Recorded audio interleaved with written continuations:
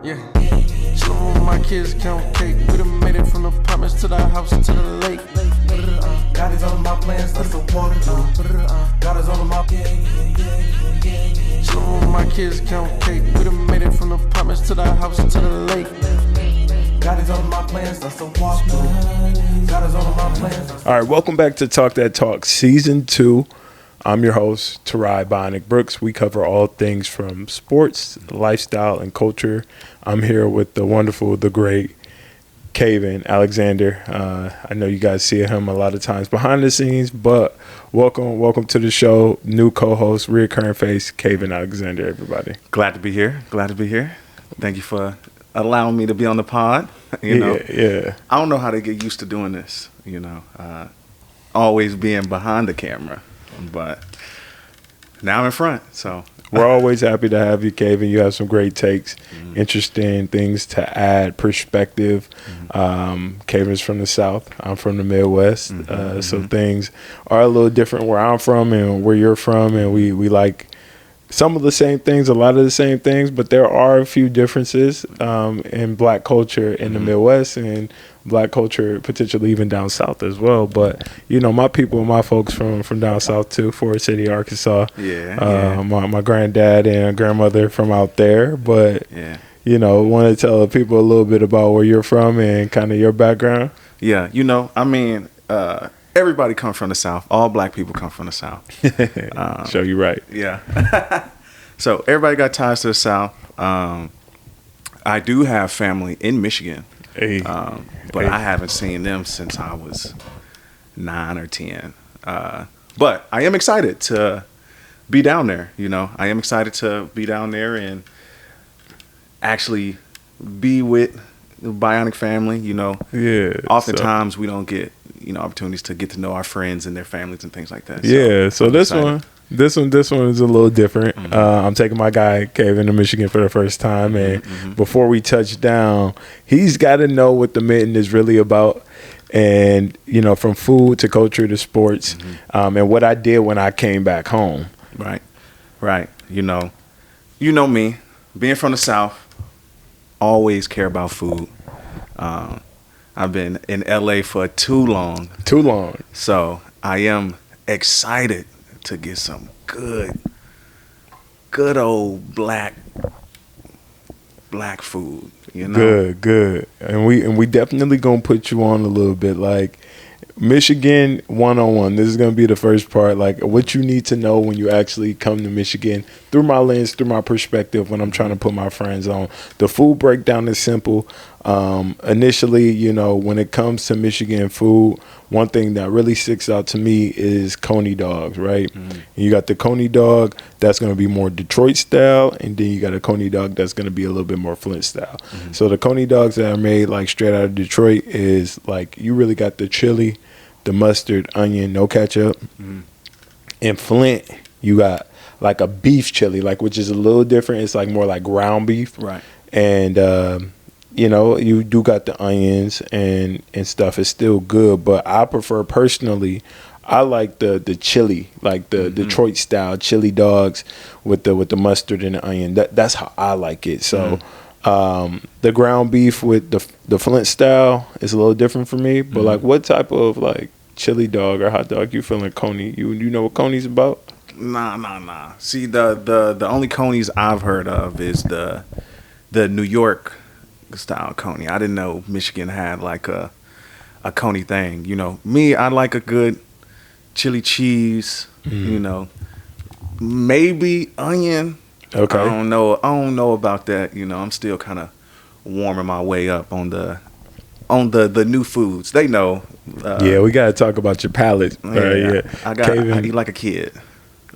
Kevin has a palate, that's like he said, like a kid. Them hood taste buds, I like to call it. You eat what you know, what you like, and you don't really venture off too much. And in our culture, I feel like a lot of people in our culture are kind of like that too. Like we grew up eating very specific dishes, so when it comes to like expanding to different things that aren't like normalized to us, we're not really like trying new things, but.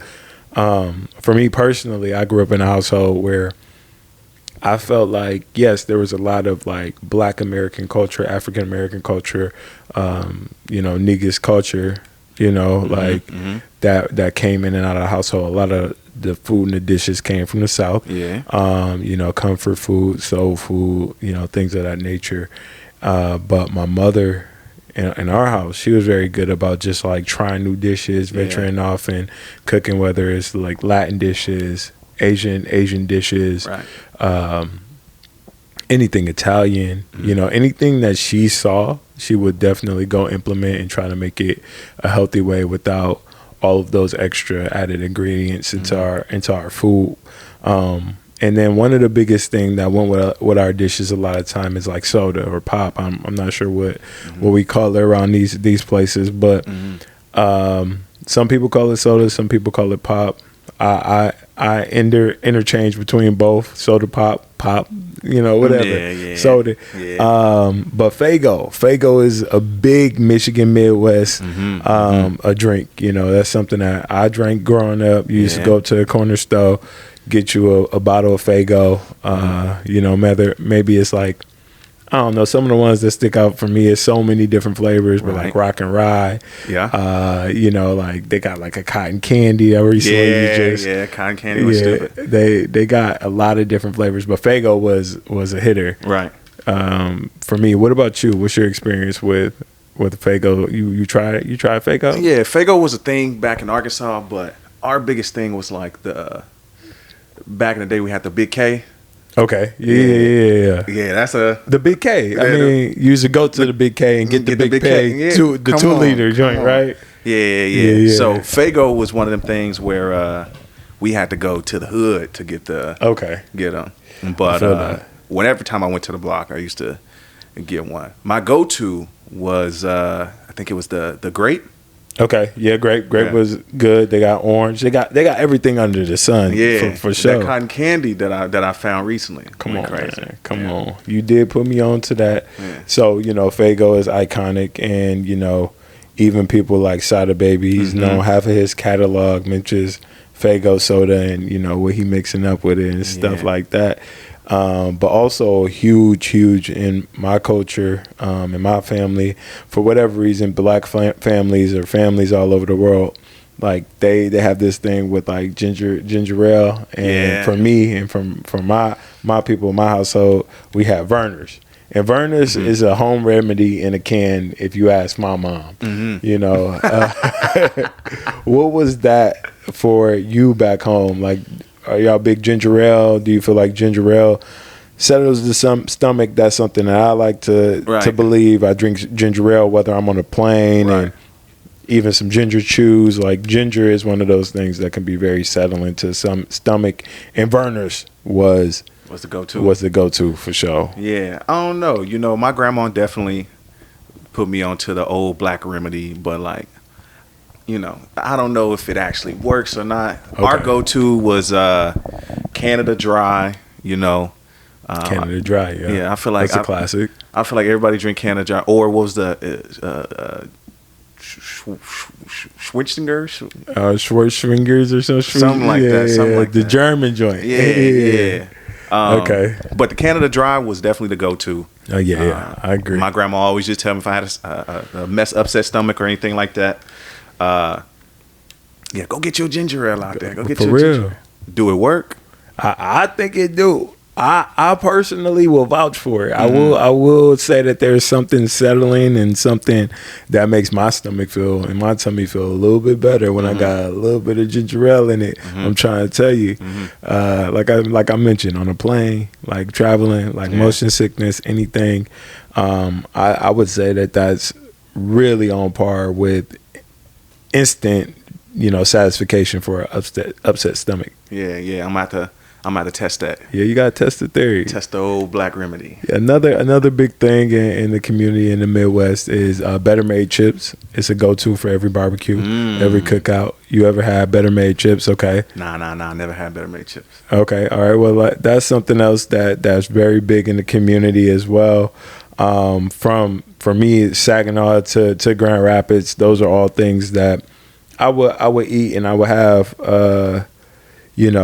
growing up. And, Michigan and the Midwest has a lot of history. A lot of people know Michigan for the Detroit, the D. And, it was huge for, Black Americans and a great migration. And when it came to automobiles and, things like that, it was factory work. And for people looking to escape Jim Crow, and it went from about, I would say, anywhere between like 6,000 people that were Black people that were in Detroit in the early 1900s to it started booming to over 120,000 in the 1930s.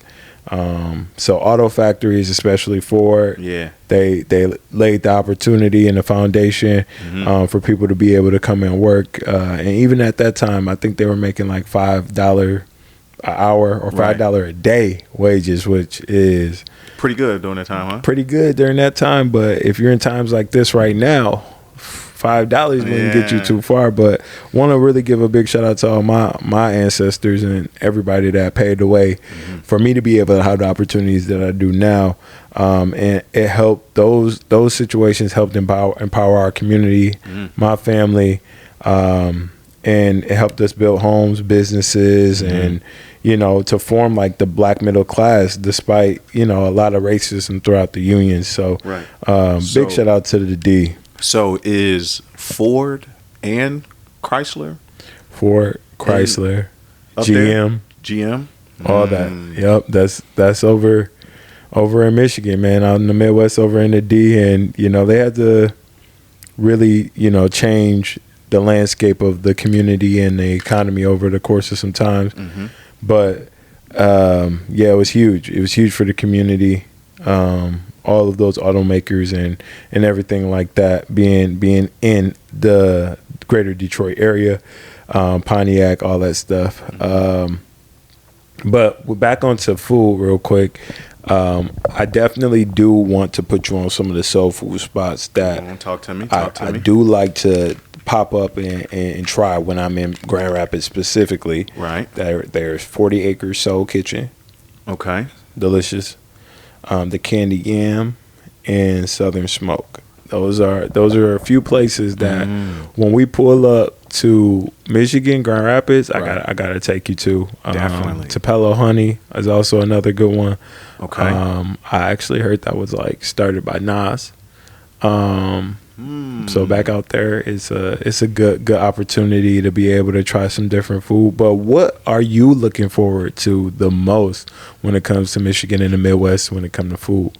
Come on, man. You know me. Yeah. You know me. You know what I'm looking for.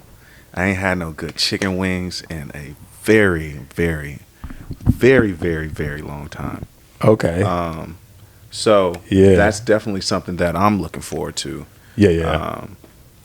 So, what's some good wing spots out there? That I've been waiting for you to ask because I got a couple of spots that really come to mind when I think about wings out there in West Michigan and also in the middle of the state. So, I would say we have to take you to Eastside Fish Fry.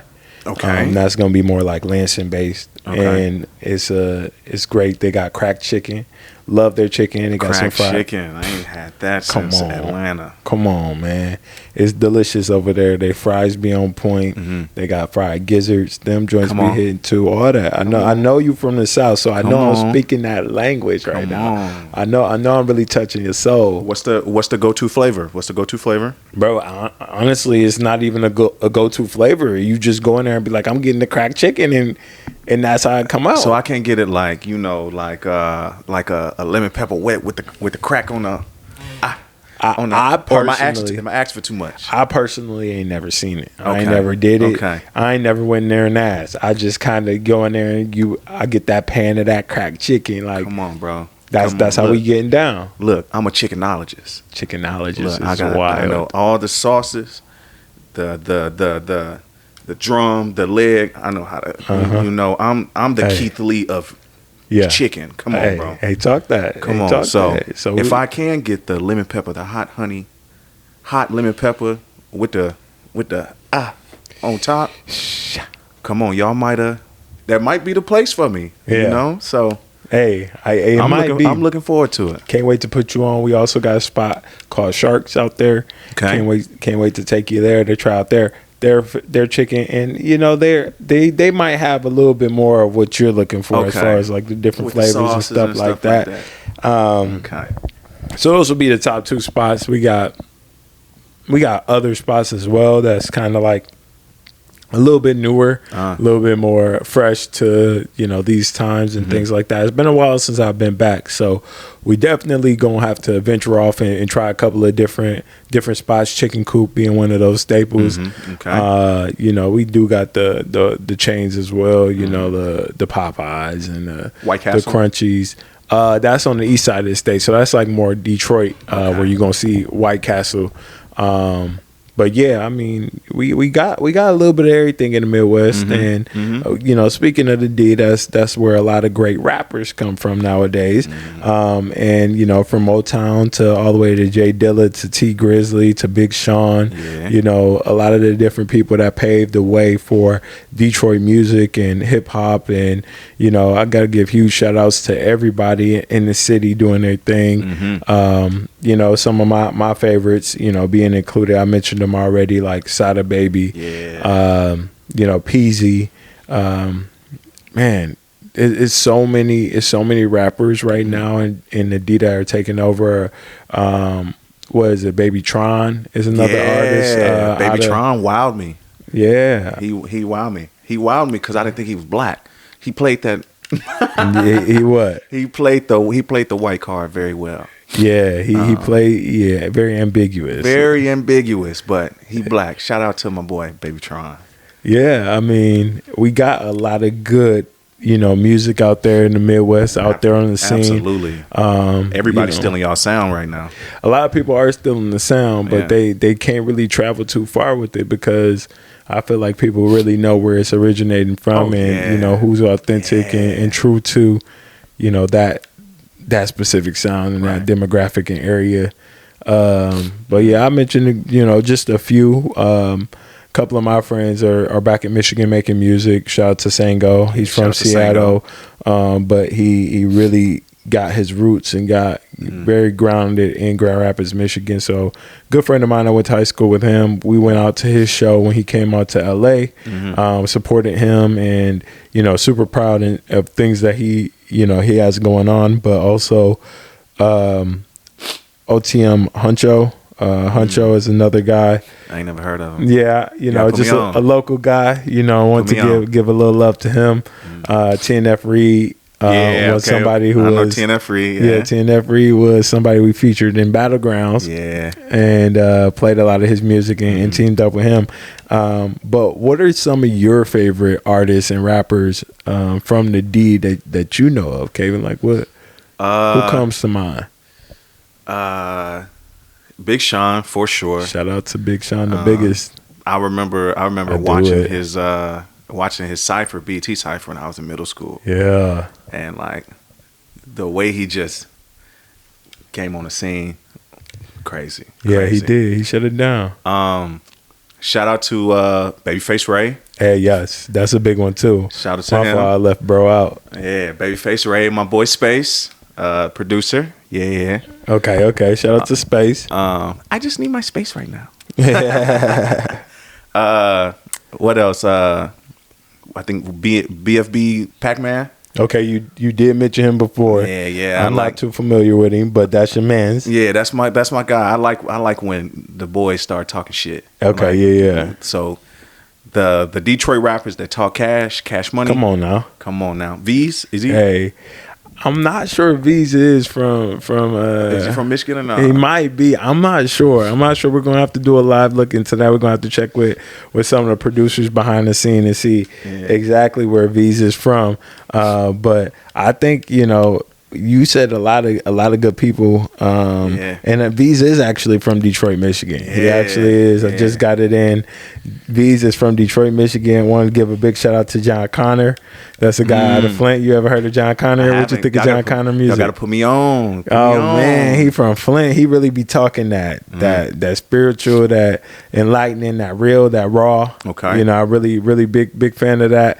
Yeah, that's a good. We got my guy E. E come through real quick, man. We got our guy E in the building, man. He's from Detroit, so I feel like it's only right we get bro in real quick, bro. Let's talk about some of your most memorable moments. I know we got Krim, your rapper out of the D. You know what I mean? Some of your people, bro. What you think about Detroit culture, rappers, food? Just if we can get a quick pop in from you real quick. I wasn't prepared, but Crimson Alchemist be slapping. She been working with Jay Santino. They've been busting out some stuff fire. He's a singer. She a rapper. John Connor, he had a song called 2 Weeks Notice. That song is fire. Every time I leave a job, I play that bad boy. But I mess with John Connor. But yeah, Crimson, she dropping out some mad fire coming out.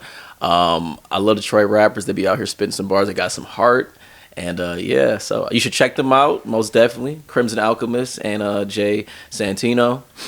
Yeah. Hey, all right. So I got another question real quick, E. I mean, since we got you, I know this kind of spurred the moment. Go ahead and have a seat if you don't mind. When it comes to Detroit food or food spots in Michigan, what are some of the best spots that people need to try if they come to the Mitten? You gotta go to Coney Island. Leo's Coney Island. It's just you gotta get a Coney dog. You gotta try that out. It's a good diner. Okay. If you got one of them type of drunk nights or whatnot, go to Coney Island. You also probably gonna see some shit out there. Okay. Have a story to tell. What is your late night option? So like in the South, we got this thing called Waffle House. We got this thing. Everybody, everybody go get them a All-Star. Everybody get them a waffle, hash browns, things like that.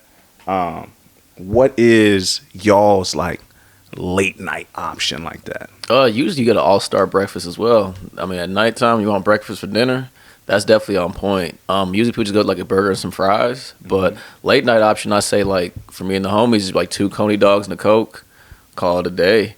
But since we have Dearborn near us, it's the largest Arab community. So during Ramadan, let's say you go in the club, you get out like 1 o'clock, 2 o'clock. Okay. You get you some food because all the restaurants is open, like popping. Everybody eating, so you getting yourself some Middle Eastern food at like 2 a.m. Middle Eastern. Is there a big Middle Eastern community? It's the largest one in the country. I didn't know that till one day. Wow. Dearborn. Okay. It's big. I drove through there one day. I was like, oh, I've been sleeping on all this. Yeah. I didn't realize it was this big. Yeah. So it's a community. But yeah, and I'd say Bucharest in downtown Detroit got like one of the best shawarmas. Like, I've had some shawarmas out here. They're just small, they skinny, they don't got that flavor. But I go to Bucharest. And I found out about that at Motor City Casino because all the employees would talk about that shit. Okay. Hey, bro, you got to get some Bucharest. What's bad? Oh, you got to get some Bucharest. So I pulled up and was like, let me get 2 of them bitches. Okay. I am excited. I'm excited for that. My first Indian food was when you actually cooked it. Oh, wow. Yeah. So haven't had any Indian food, any like restaurant Indian food and things like that. So I am excited to try an Indian spot if we get the time. I'll expand my taste buds a little bit. I'm excited for you to try out some new stuff. And E, while we still have you here, any other big places or spaces or things people should check out if they ever travel to Michigan? Is there anything that you would recommend or want to give a huge shout out to? Yeah. So you always want to go when you go downtown Detroit. There's Hart Plaza. It's definitely nice. There's also the Joe Louis. Well, they closed that. They had that. They got that giant fist. I forgot what the name of it was called, but the giant blackfish. Yeah. Power to the people. That bad would be just like this. It's like a statue or something like that? Yeah, it's a giant. I forgot the name. I can't even think of it. People going to be dogging me once they see this. How you from Detroit over here? You don't know about that? But it's this giant fist right over here. And you just want to go pound that bad boy. I've seen it. Like how giant? It's big, bro. It's like it's big. It's huge. Yeah, you just walk over there. The Spirit of Detroit, the green statue with the gold. You'll definitely see that near the DIA Museum. You can see the Canadian or the Ambassador Bridge across. So like that's definitely cool to go across Windsor real quick, vibe out. You can see Canada. Yeah. Wait, like legit see. Legit. You legit. There's a space. I just was at a wheelchair celebrity game for the Detroit Pistons, and where we stayed, our hotel was actually like on the street where you could literally look across the water, and you could see Canada. It's that close. Yeah, that's crazy. Summertime, I think it's in May or June. They got movement. It's a tech fest, Detroit Techno. Okay, and ain't nothing. I mean, there.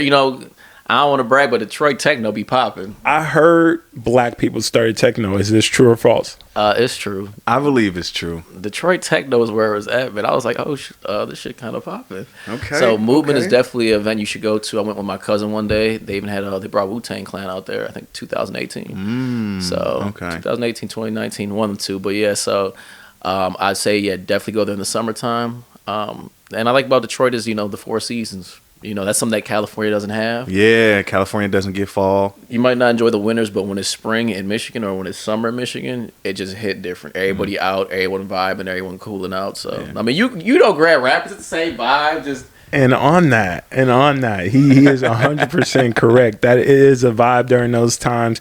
The summers, the block parties.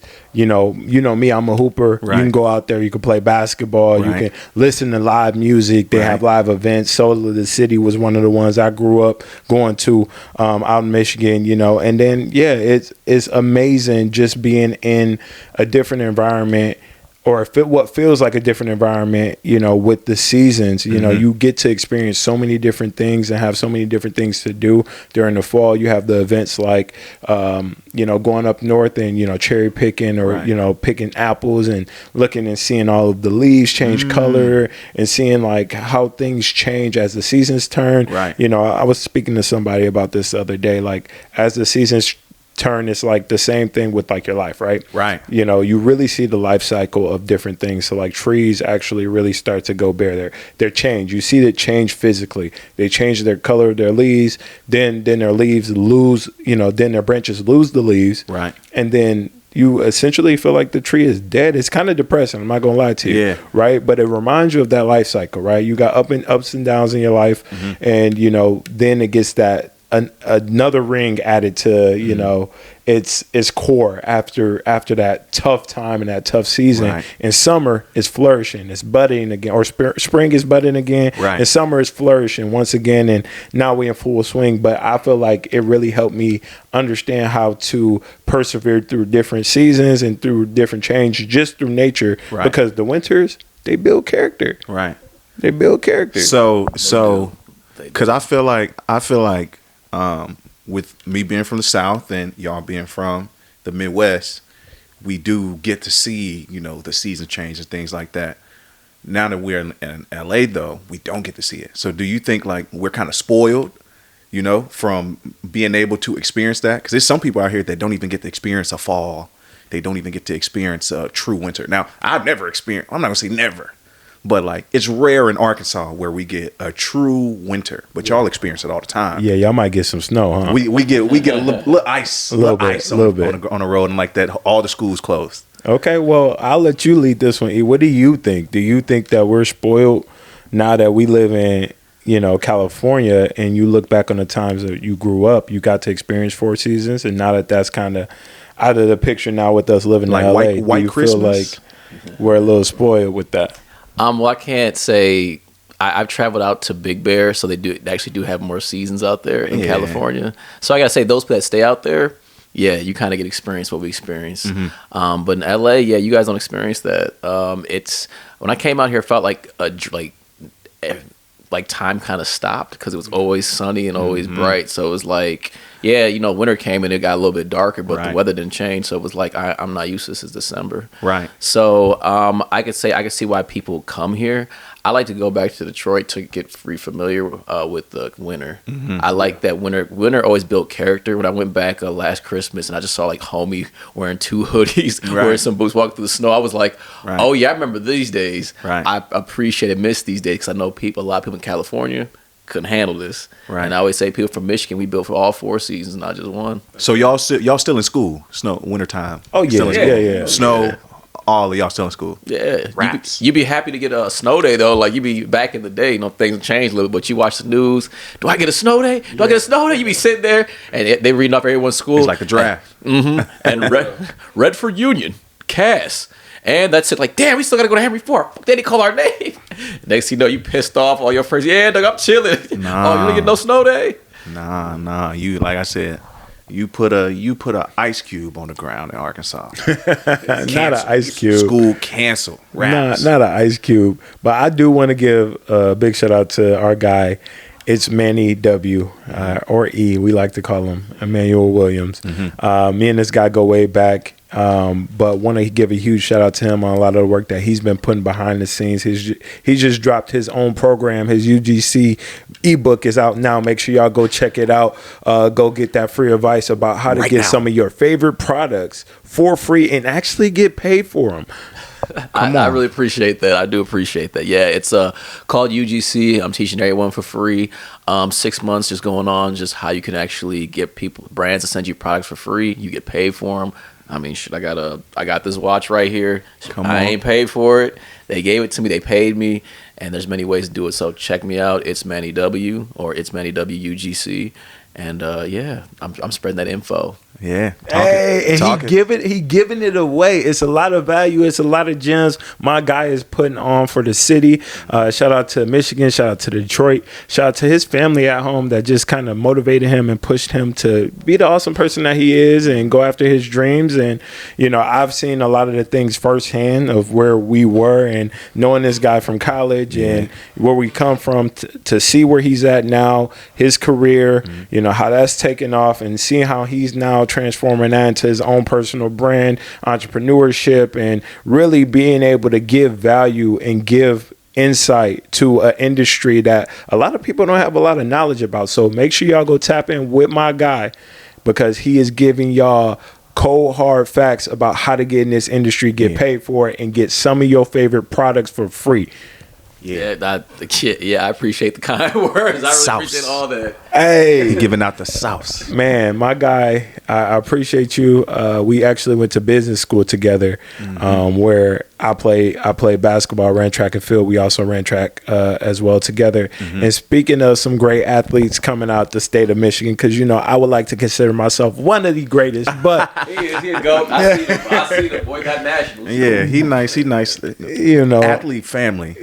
Hey, I don't want to get too much into that, y'all, but y'all see the shirt I'm wearing. I went to Michigan State. Let's talk about them Spartan Dogs, and I'm from Saginaw, Michigan. There's a couple of known hoopers that also actually came out of Michigan from Saginaw, from Draymond Green, also Jason Richardson.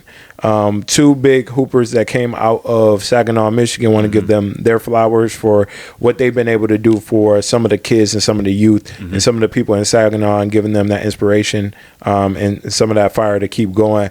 But also want to give a big shout out to other notable Grand Rapids or Michigan hoopers. Right. One of the ones that stick out of Michigan, I want to talk a little bit about the Flintstones real quick. Mateen Cleese, Mo Pete, what they did for the Michigan State Spartans as well in 2000, being able to take them to the championship.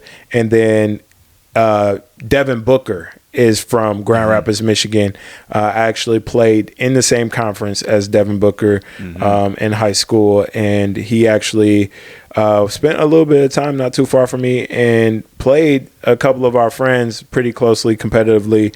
Jordan Myrick, Jeremiah Williams. These were guys that went toe-to-toe with Devin Booker. I didn't get a chance to because I was a little bit older than him at the time. And the school he went to, I'm not going to lie, there was a lot of politics. He should have been a varsity player early on, maybe as a freshman or a sophomore. They didn't give him the playing time to burn. So he was kind of forced to move to a position where he could better utilize his skills and grow on to being the player he is now. So I want to give a big shout out to D Book for a lot of the things that he persevered through and the challenges, because I know in that area where I came up, where I went to high school, it's real tough. It ain't easy to, be able to emerge as a standout basketball talent in some of these school systems and some of these politics that kind of exist. But legendary athletes out of the state of Michigan. We got so many more. I could probably go down the line with football. Right. Track and field, but I just wanted to, you guys know my platform, we talk a lot about basketball, sports as well. Right. We're going to get into a little bit more of different sports here later, talking about football, talking about baseball, and talking about some professional athletes as well. But just wanted to give a shout out and some little known facts. If you did not know, those athletes are from Michigan. Let them know. So I'm about to put you on the spot right here. Appreciate you, my guy E. What's up? So top 5 hoopers. Top 5 hoopers. From Michigan. If you want to separate, if you want to do impact, you can. Or if you want to do strictly just ball skills. Strictly ball skills. Okay. Strictly ball skills. No. I'm going impact. You going impact first? Yeah. I'm going impact. Okay. I got to go impact first because I feel like the impact, it has to be acknowledged. Okay. And I feel like a lot of people might, have a different opinion than I might in this regard. But I do have to give like the most influential and the person that has meant a lot to the city and actually like came up, Draymond Green. Draymond Green came through the city of Saginaw. Okay. Took Saginaw High School to a state championship and was a state champion. Went on to Michigan State University, where he played for legendary coach Tom Izzo. Yeah. He also played football. Yeah, he did. Yeah, he played football as well. Exactly. A lot of people don't know that. A lot of people don't know it. Started off playing football and basketball, and then towards the end of his career, just decided to focus strictly on basketball, where he led Michigan State to a Final Four appearance and went down as one of the best players in the Big Ten, and then ultimately was drafted to the Golden State Warriors, where he still is on the team, which is also another big and huge accomplishment, and has won Defensive Player of the Years, as well as NBA championships. Right. So you cannot deny. Future Hall of Famer? Definitely a future Hall of Famer. Okay. And that's without a question, and you can't deny his impact, right? Okay. After that, I would have to go with a player like right now, Jason Richardson. He will be next up for me. Just his impact in the game, in the sport, through school and through high school and staying in Michigan. Devin Booker left the state. So I have to give credit when it's due in that regard, and just what he meant to a lot of these teams and play style, and even like dunking, like the skill set of dunking, what he meant to the sport itself, it really meant a lot. And then third, I will go Devin Booker. Okay. Just because, Devin Booker, D-Book has had a great career, bonafide bucket. There's no question, Olympian. It's just, it's the accolades for me, professionally are kind of like, on the come up for him. Yeah. And the Phoenix Suns teams, they've been struggling. Like they got into the finals, but he hasn't been able to, reach the mountaintop yet. And that's kind of where it's just holding his, like, I don't want to necessarily go that far. Yeah, I get what you're saying. But that is why I can't, like, put him higher right now. Comparatively, his impact on Michigan culture as a whole and the game of basketball isn't where a player like Draymond's impact is. And even a person like Jason Richardson, for what we remember those players for, right? And Devin Booker, I remember him as like a winner. Like, he is a person that competes. He wants to win. He has a crazy good mindset. He does whatever the team does need to win, but he hasn't been in that position to really, like, have the everlasting impact that, like, 20 years from now, it's like you're gonna be like, oh yeah, D Book went to the finals. Yeah, you know, it's kind of tough. You're gonna probably more so think of him from his impact on the Olympic team. Right. In my eyes, in my perspective, I'm gonna remember more of that than I remember so much in NBA and even college, because college, he's a great player, but he decided to come off the bench. He came off the bench for Kentucky, so it was tough because I felt like he can have a greater impact. It's just his circumstances, similar to him in Granville, why he left Michigan in the first place. Right. Like, his circumstances haven't always added up to be the best for him to be, you know, as successful as he could be. Right. So do you think Devin Booker can win a championship with the Suns? Currently, as constructed, I do not think Devin Booker can win a championship with the Suns. And also, it's talks around the league right now that Kevin Durant could be leaving the Suns. So we're going to have to see how things play out with that team. But currently, previously constructed, and as they are now, new coach as well, a coach who hasn't won an NBA championship. Like, it's going to be some time before Devin Booker can really reach that. Yeah. If he even gets there, because the West is kind of it's getting tighter and it's getting harder. And yeah, want to give a big shout out to D Book though. And you know what people don't know is I actually was on NBA 2K. I was on NBA 2K when Devin Booker was on the cover, which was a full circle moment for me because I was actually the first year I was actually able to be a part of it. My stuff was included in there. D Book was a cover athlete, and so that was an amazing experience, full circle moment. So shout out to D Book, big shout out to him. I think his career is definitely still trending upwards, and I hope that, you know, the Phoenix Suns and Matt Ishbia, who also went to Michigan State, can pull it together enough to be able to give him a fighting chance to be able to win an NBA championship, because he's in kind of almost in that middle ground of like eras for NBA teams and players and stuff like that. He's in that middle ground, because now you see they're talking about SGAs and Halliburton, or they were talking about LeBron James and Kevin Durant. So like D Book is kind of somewhere in that middle space. Right.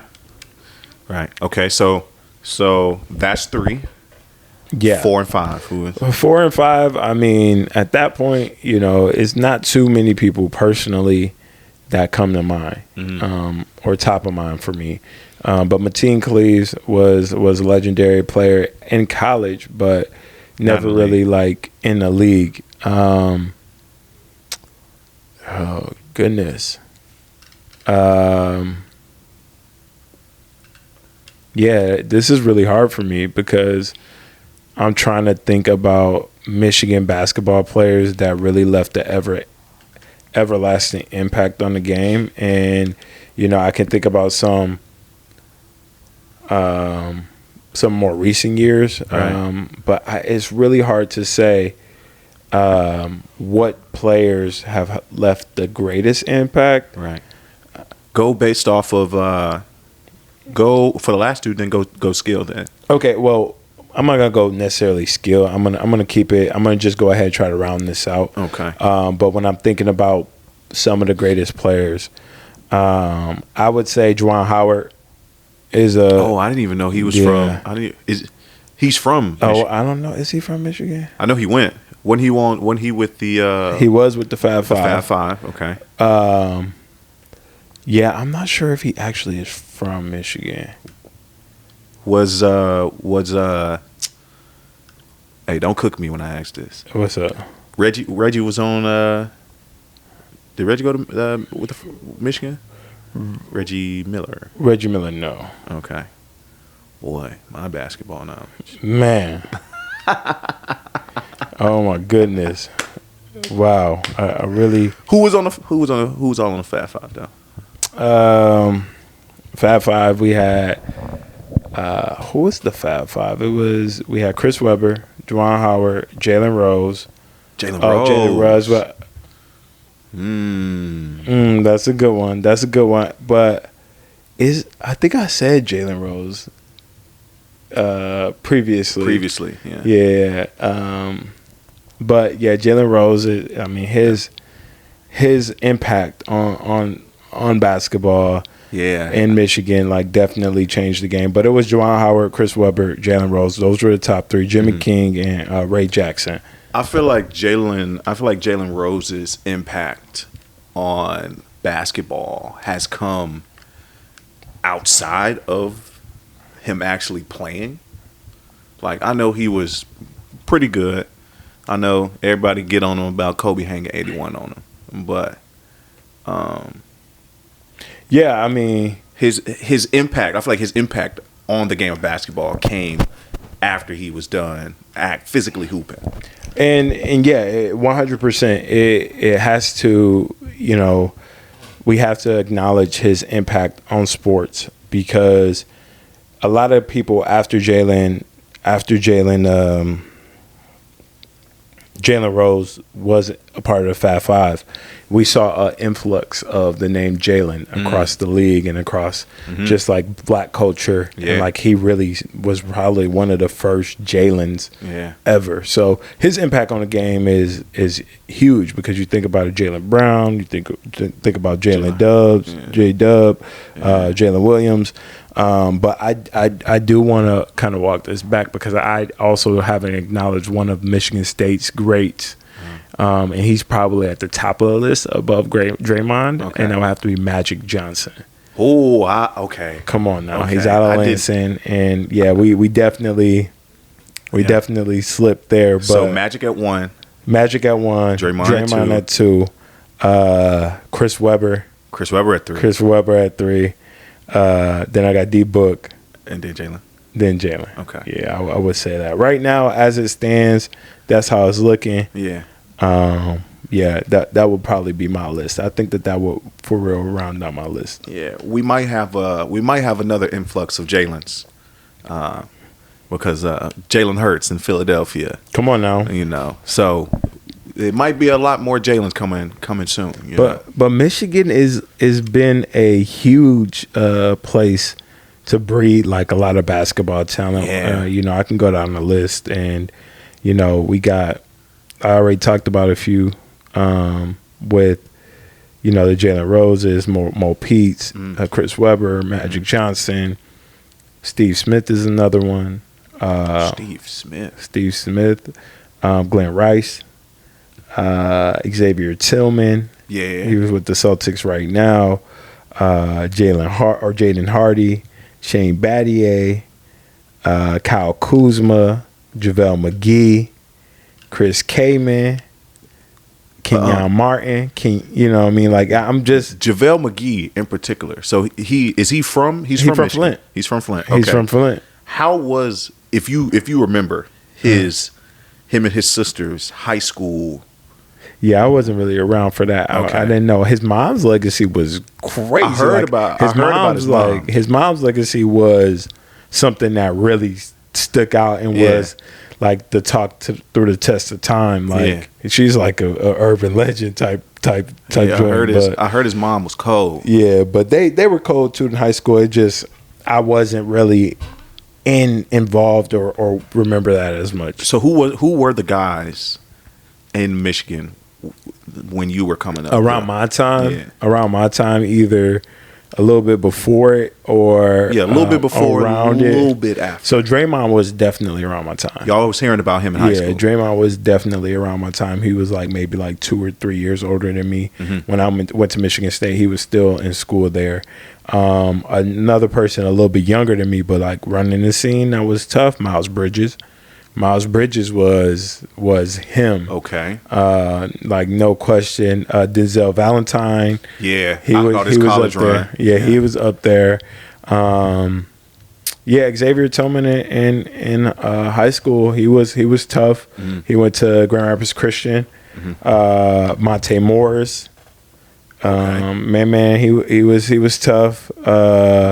Those are some of the people that really stuck out around like my era, my time, where you're like, oh no, bro, cold. Yeah. Like, bro, really going to the league. Did you play? Did you play any of that? I played Monte Morris in the summer, but not like in the actual like season, because the way things were set up back in high school, my time, things were a little bit separated, east side, west side of the state, but yeah, it was a lot of talent that came out of Michigan, and you know, we can't forget about just like how Michigan basketball, high school basketball, just gritty. Is really get to the bottom of everything, and people are playing hard and grinding out wins, and the fans are packing out the gyms, right. and the rivalries are actually running deep. You know, it's really competitive in the state of Michigan.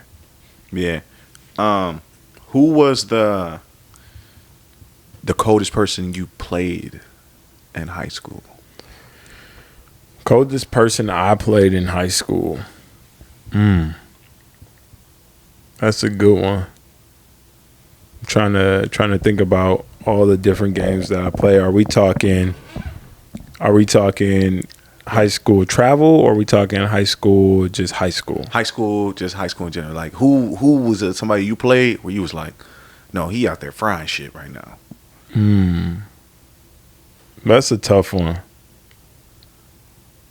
One of the toughest players I played. I feel like oftentimes those players don't even end up making it to the league. Yeah, and that's what I'm saying. Like, that's why that's a really tough one, because it's like some of the players that I played at, like when I played them, it was like, oh, they tough. But then like the work ethic didn't match up, or like things really like the stars just didn't align for them in the way that it did for other people. Yeah, so it's really tough to really like say who was the toughest. Like, but the toughest team on like AAU circuit was like Detroit the Family, and you know, Keith Applin was tough. Who did Keith play with? Who was on the Doughboyz? Derek Nix. You know, they were tough.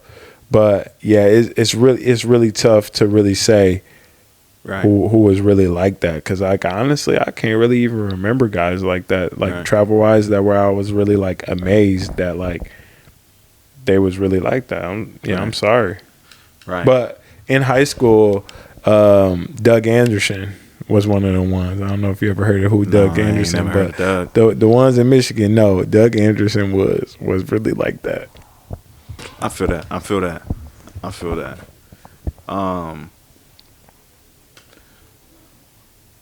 that. Can you see yourself starting a AAU team? Yeah, I mean, I see myself down the line. I feel like with me being from Saginaw, born in Saginaw, raised in Grand Rapids, and being a high school all-conference basketball player, district champion.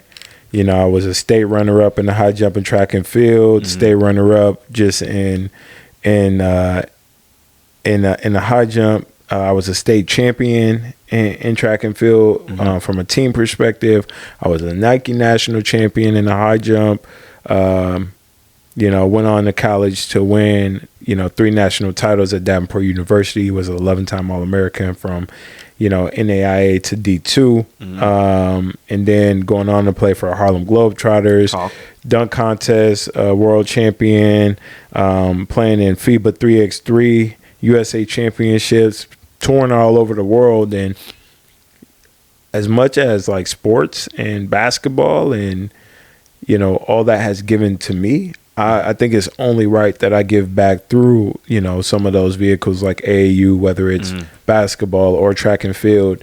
I want to start my own AAU programs and my own nonprofit. So y'all stay tuned for that, because I got some really, really exciting news in the near future in regards to a lot of those things. And I just want to continue to merge sports, content, and impact. And being able to be of service to my community, because I feel like a lot of things nowadays are really self-serving. A lot of people are doing things for likes and comments, for views, for, platforms to get bigger and better, and, to say that they're inspiring people, but like they're really never even giving anything back. They're never really even telling them how to do it or how to do something. It's really more so, like I said, self-serving, and like, look what I can do. Like, hey, look at me.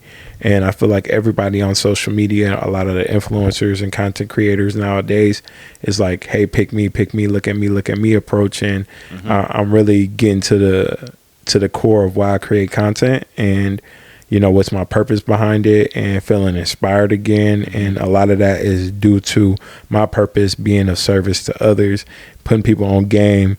That's why we started the podcast. I'm happy, Manny was able to join us, and like I want to bring a lot more of those conversations to the forefront of what we're doing. And we got business owners, entrepreneurs, people who are really getting it out the mud and changing the world one day at a time, that I don't feel like is amplified enough within our circles and our communities. And I want to be able to do programming and help the next generation. I want to help some people in even previous generations understand what it takes to get themselves, out of their own way, and, learn what vehicles and what things we can use to be able to leverage a better future for ourselves and our youth and our community. Right. Love that. I saw that you trying to do a takeover back at the crib sometime. I think it's only right. I think it's a great opportunity, because if y'all know, and I don't think but let me set the scene for you. Like, we legitimately have, and I have my hands involved in quite possibly the greatest takeover never seen. Like we got back in GR. We played in a 3-on-3 tournament that's iconic, that I play in every summer growing up, the Gusmacker. And we didn't lose a game. The rain came. Right. They tried to make us play in the rain. We weren't really, I had a lot of guys with me. Like, I had a 6'10" powerhouse center in Marcus Belmont, started bully. He played D1 Idaho, transferred to Cal State. He averaged 22 points per game and 14 rebounds as a senior.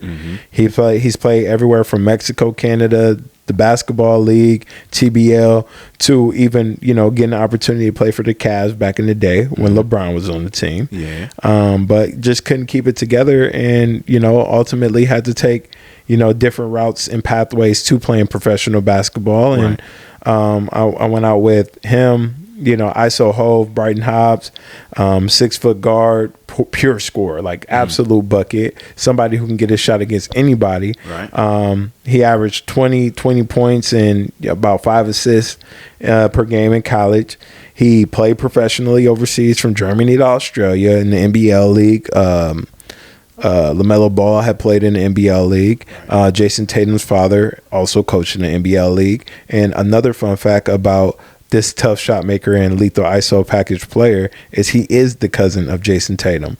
So he has basketball in his blood. You know what I mean? Like, this dude was an absolute bucket and has a future and a past in basketball. And then we got mixtape legend, one of the original OGs to ever be on a mixtape, Cesar Guerrero. He's a 6'1" guard out of East LA. He went to Oklahoma State, transferred to Fresno State, played with some of the best players. And, at the time, in his era, he was a YouTube legend in high school. Y'all know about the Balls Life tapes. He played in Mexico's top league year after year and dominates there, and also had participated and tried out for the Big Three in recent years. He handles the ball like a street hooper, but he can shoot the lights out. And he was with me. And then to round out that team, we had Ty Glover, D1 basketball player, 6'6", rangy, can do everything. Ty's like a unicorn. You know what I mean? He's been a staple from runs at Venice Beach, the Balls Life takeovers, and at the Drew League. I won a Drew League championship with this guy. We won the Legacy League. We did a lot of dope things in the sport and won a lot of money on our way up there. But he just gets the job done. And then we got Breon, who was with us, a part of the Balls Life Midwest. He was a good shifty wing and, can really play. Quiet assassin. And then you got me. I'm a facilitator. I do whatever I want. I was scoring at that takeover. Mr. Do It All. Yeah. I was setting the tone with everything, whether it was, getting an assist, getting a rebound, getting a dunk, getting a tray ball, like hustling, leadership. Like, I bring all that to the table, and we put all that together in Grand Rapids.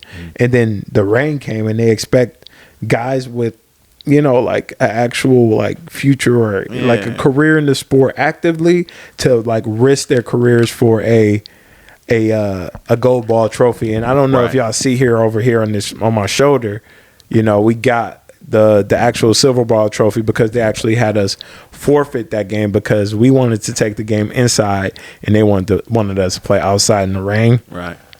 But it was competitive. We had top man's court packed because it's all different age groups. It's got youth and then it's got, little experience, high school experience, pro experience. And the pro experience is at top man's court. So we played in the top man's court because I just gave you the roster. Right. Yeah. Everybody got experience at a pretty high level. When dominating every game, it was tough for the guys to get adjusted to. Don't get me wrong, but like it's a little bit of different play style, the court, the wind, the everything. But we was really running the outdoor scene that summer anyway. So they wanted us to play. We had to forfeit it, whatever.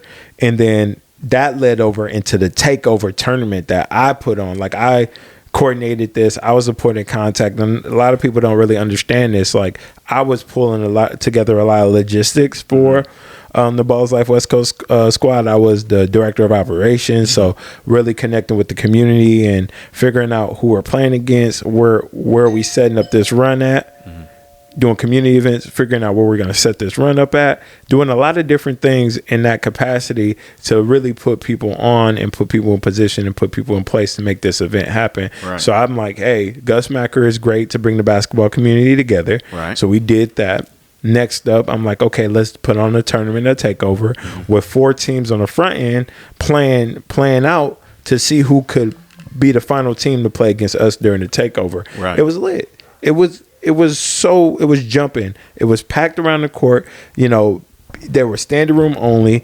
We had to stop letting people in the gym because of capacity purposes. Like this was one of the greatest events the city has seen, and the city definitely showed out. AP Arthur Pearson, the guy I played with in high school, right? He actually gave us our only L that whole weekend. We were undefeated until that game. Arthur hit like a step back 3 from dang near half court, but the footage lost. The hard drive gone, but the moment legendary. You feel me? Like it was one of those things to where we kind of got to do it again. We got to run it back. I got to make it happen. And I felt like I did a disservice to the community with that lost takeover tape. And I want to be able to go back to the city, put on a great event like that, but also give back. Back. That's my purpose and my goal. What's so if you were to do it again, what is the thing you are most looking forward to when you're doing it a second time around? I'm looking forward to like the culture and the community building part of it. And I've had some cool brands be able to send me some big packages, and I'm excited to be able to partner up with some of my pre-existing companies and things people that I've worked with in the past, and be able to bring those businesses and companies and that energy to the city. Huge. I just want to give back. I want to be able to do some like back to school stuff, maybe some backpacks, maybe some shoes, sneakers, school supplies. Like my biggest thing is like I'm really excited, and even at that point where I went back with Baller's Life, I was just excited to put the city on, right, and see who was gonna pop out, show out, and do their thing. So that's the biggest thing I'm most excited about, is being able to go back into my roots, give back, and be of service to my community and to the community that really helped shape me and raise me into the person that I am, and give me the opportunities to be, doing things at this level right now. Right. Okay. So your round 2 Dream 5 that you can bring to a takeover. Well, round 2 Dream 5. That's a good question. I'll give you two extras, and I get some add-ons you get too. 2 add-ons. Okay, so if I was to, bring the city another takeover, I would have to say some of the people that stick out to me that I would want to do it with is some of the people that I started kind of this whole thing with. And one of those names that really stick out is White Iverson. This is one of the guys that like I started hooping with back in the day at Venice Beach.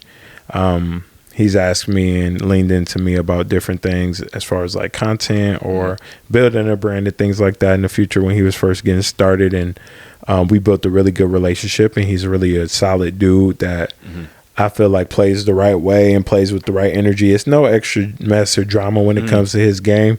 It's just straight buckets and work. So White Iverson is at the top of the list for me. Another person I like to bring out to the city is Body Bag. Yeah. Brandon Moss. Yeah. He's a unicorn. He is probably the toughest in this space, and I feel like he doesn't get enough love because nobody wants to go against him. Nobody want to get zipped up. Yeah, you don't want to be zipped up. But yeah, I think he's like the toughest in the space, and I feel like people kind of water down the space a lot because the matchups are chosen for people who are kind of like-minded and skill set wise. Like it's not like throw a big pool of talent in the ocean, Right. and see who come out the victor. Right. It's, I think this guy matches up well with this guy. I think this guy matches up with this guy. Certain guys don't take on, too tough of challenges like Marcus Bell. Marcus Bell will probably be one of the toughest matchups for anybody in this space right now. And it's like even 3 dribbles, and a lot of people would like say it's boring to watch, but no, he would do what he wants to do. Middies, jumpers, like it wouldn't all be game. Yeah, it wouldn't all just be back to the basket. This bro got moved. So those are 2 of the toughest that I think are in the space right now. So Marcus Bell will be another person I would want to add to that list. And then Frank Nitti. Yeah. Frank Nitti, Cap, Mr. Do It All.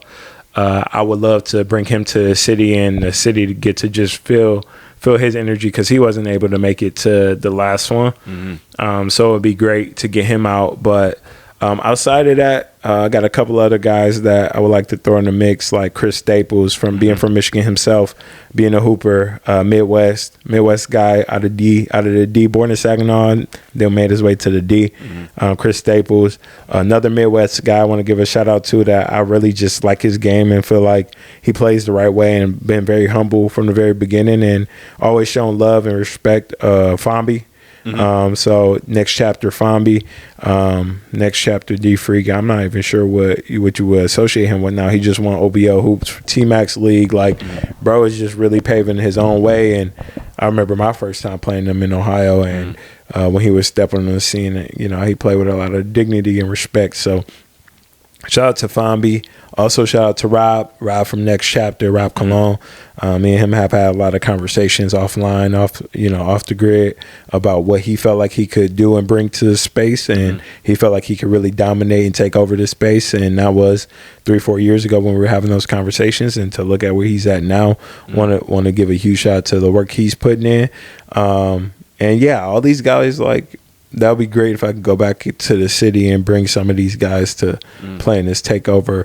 I want to give a big shout out to Kenny Dobbs. That's somebody I also would love to bring to the city and get back out there doing events with. Ty Glover. Yeah. Those are the homies, but also some of my guys back home in Michigan, Jordan Myrick, Jeremiah Williams. Those are all like the type of people I would love to go out there and put on an event with. Yeah. Shout out to Jordan. My boy took over late in Battlegrounds. Like he was, very key to his team success on Battleground. So, I would like to add Jordan in there as well. He might not move like how he used to. Yeah, but he gonna get a bucket for sure. He is, bro. Bro really got that work. And yeah, I just, growing up in Michigan really gave me a big love for the sport of basketball. Watching the Detroit Pistons, whether it was the Bad Boys or the resurgence of the Bad Boys with Chauncey Billups, Rip Hamilton, Tayshaun Prince, Ben Wallace, Rasheed Wallace, or even the modern Piston rebirth, Kay Cunningham and, B. Stewart, you know what I'm saying? Yeah. Just kind of reviving the mindset. They flipped the worst record into a playoff contender, and that's really like bringing hope back to Michigan, to the city, to Detroit. I want to give a big shout out to Blake Griffin as well when he was playing for the Pistons and that era of time, Drummond and just seeing, just what could be done through basketball. And I'm really grateful for the sport, for what it's shown me and the opportunity that's given me over the course of these years. And, I definitely think that we will be bringing, the Avengers back to Michigan if I brought all those guys or some of those guys on that list. But that would be great, for the city, and see, what people did with that. Because we took an L. We had a good team. We took an L last time. I mean, I don't think this team, if I have a lot of those guys, I would take an L. But it would be really good competition. And this time we putting up that bread. Yeah. Comment below if you think you can smack these. No, these sorry.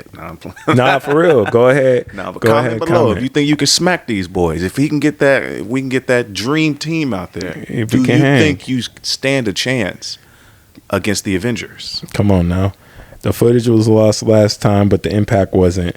This was Michigan's hoop culture in its rawest form. I want to see that again. It wasn't no networks. It wasn't no sponsors. It wasn't no gimmicks. Just real hoopers, real community, and real legacy. And I just want to continue to add to that to show what we got out there in West Michigan, because I don't feel like you get enough love. I feel that. Well, I'm excited. I can't wait till we manifest all these creative ventures that we got. Like I said, I'm looking forward to being in Michigan.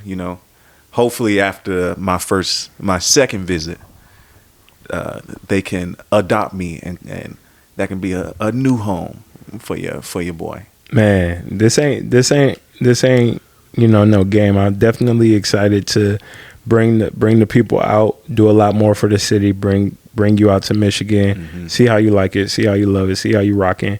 But yeah, at the end of the day, this ain't no story, it's a statement. Like Rio said, I ain't got no hook, this just real talk. Y'all already know on here we talk that talk. We gonna talk that real stuff, that real I mean, we're gonna do it all. And that's the type of energy we're gonna bring back to the city.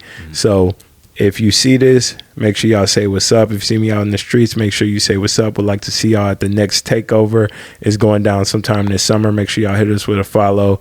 Make sure y'all go ahead and subscribe to the channel. Make sure y'all hit that link for the Spotify. Everything that we're doing for season 2 will be bigger and better. We're going to be on a lot of new environments, a lot of different scenes. I like the new setup here right now. I like what we're doing, but we will be bouncing around. We will be doing some real dope interviews with some entertainers and some sports people, personalities, everything. Season 2, we going to the next level. I'm really excited about it, Kevin. I don't know about you. No, I'm geeked up though. I'm excited. We still gonna up though? We still gonna be in the old studio. Come on now and again. But, yeah. We like to mix it up at the studio space. So yeah, I'm excited for season 2 of Battlegrounds. Oh yeah, that's coming too this fall. Stay tuned. Yeah. I'm excited for season 2 of Talk That Talk. We looking for new competitors for Battlegrounds. So when we pop out to your city, come on. When we pop out to your city this summer, this fall, you better show out. You better just do your thing. We ain't just talk. I ain't just talking on the basketball court. I want to see that. I want to see it get raw. I want to see it get competitive, but I really got to see that energy and see who are you at your core? Why are you doing what you doing? Is there a rhyme and a reason to it, or you just doing it? You going through with the motion? So make sure when y'all pop out, y'all pull up with that energy, realish, because we gonna talk that talk. And you know what I'm saying? I don't mean it in no disrespectful way. We just gonna talk it like we walk it, walk it like we talk it. All that. Yeah. So it's up. Stay tuned, y'all. All right, man. I appreciate y'all pulling up to opening of season 2 of Talk That Talk. It's your boy Bionic Brooks. I'm here with the wonderful, the great Caven Alexander, Caven the Great. But hey, man, if y'all see us out in the street, make sure y'all say what's up. We'll see y'all next time. Peace.